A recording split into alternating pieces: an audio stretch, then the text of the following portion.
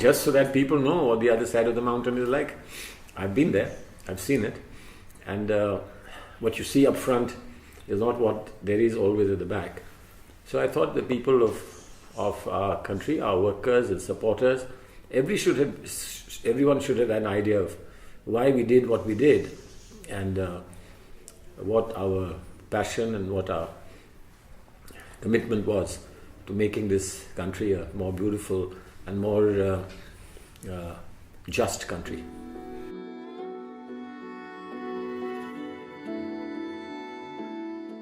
In essence, there is no difference, except that when we try to do it, we are called dishonest and unpatriotic.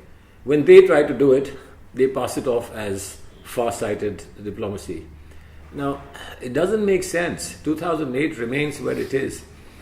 If they have decided now to resume talks and have comprehensive talks, what is the difference between then and now? Or even between the time that we were in government and now, that's made them change their minds? They would never let us take one step in a positive direction. Always accused us of being soft, of kneeling down, of surrendering, which I think was a very short-sighted and certainly a very unfair way of looking at a government's foreign policy. But they're now doing exactly the same themselves.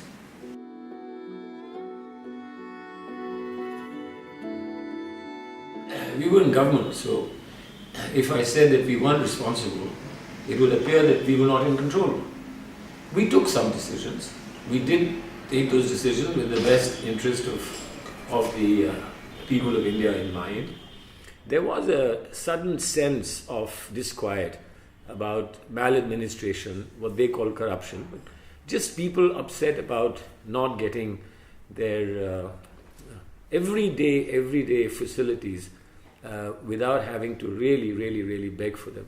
And there was a disquiet, and we wanted to understand and address that disquiet, not let somebody exploit that disquiet.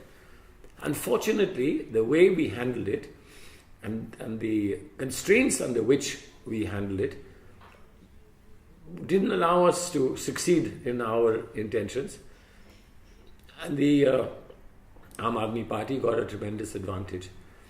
But I'm very clear, and I will remain clear, irrespective of their getting 67 seats out of 70, that they were not honest.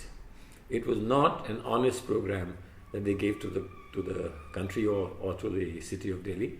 And it will become apparent as they go into their second year and third year of governance. So do you want to say they fooled people?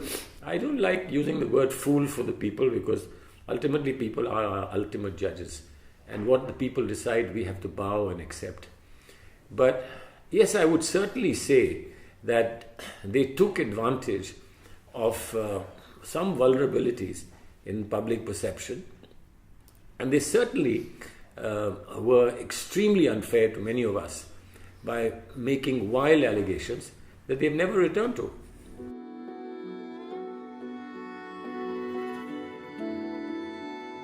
See, media is a very important part of democratic process now, anywhere in the world, but certainly in India. And the media has perceptions about itself in different parts of the world. I'm not quite sure that the media has, in our country, it has a sense of propriety and uprightness.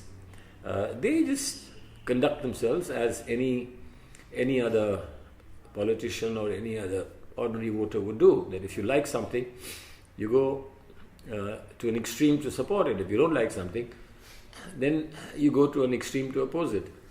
But there is seldom very thoughtful and balanced debate and discussion that would allow the best points to emerge before the people of the country. There are many other factors that we are told played a role in our lack of media management and Mr. Modi's extensive management of the media. There are many factors, but I think one shouldn't speak of those unless you have clear-cut proof. Maybe sometimes in future one will look at this.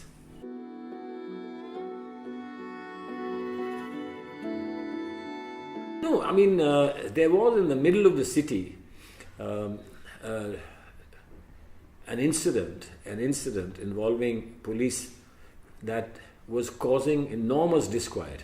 Right or wrong is not the question, because if the inquiry had happened, then we would know whether it was right or wrong.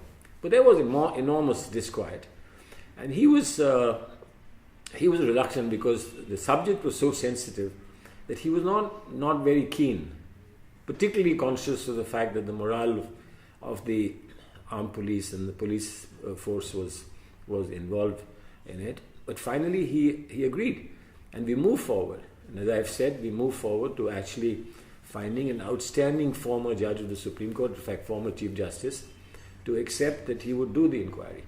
But elections were around the corner. The conditions that prevailed at that time and the assessment of our leadership at various levels, including at the level of Delhi government, was not in favor of an inquiry at that time. So an inquiry didn't happen. Now when an event like this is not inquired, there are always question marks that remain, which is not a good thing for the morale of anybody, including ordinary citizens. It's good to inquire and pinpoint exactly what happened. So no speculation and no wild allegations remain. Unfortunately, our circumstances didn't permit that to happen.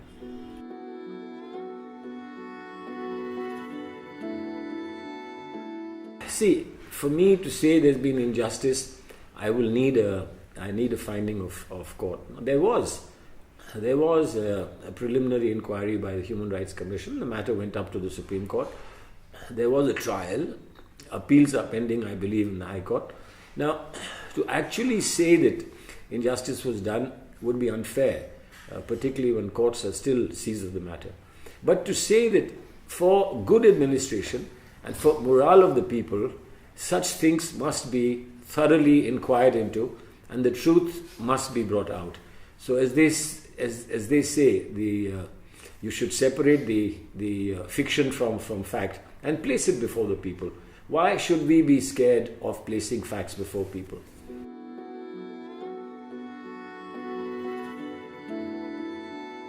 It may be inadequate, maybe they should have done more, but the fact remains that it was a difficult time, it was a difficult subject.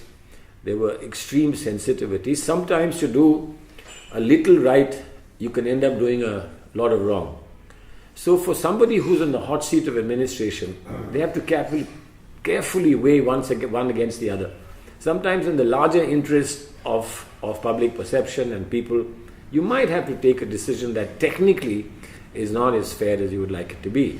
But as I said, ultimately, it's the moment in which somebody sitting in government has to take a decision. Their decision may turn out to be wrong or right, but they are the only ones who can take a decision.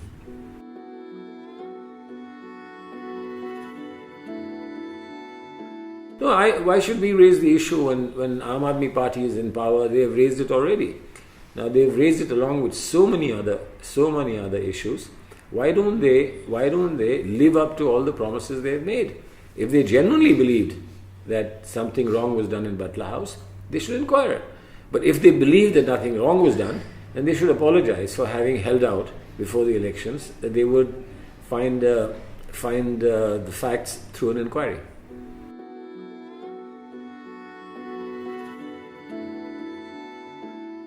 The summary of my book is, we've been through tough times, but when the going gets tough, then the tough get going. And I hope that this will be a message to my colleagues and my vast family of Congress people, that we have to stand by our leadership, Mrs. Sonia Gandhi, Dr. Manmohan Singh, Mr. Rahul Gandhi, and give them the strength that they need to take India in the right direction.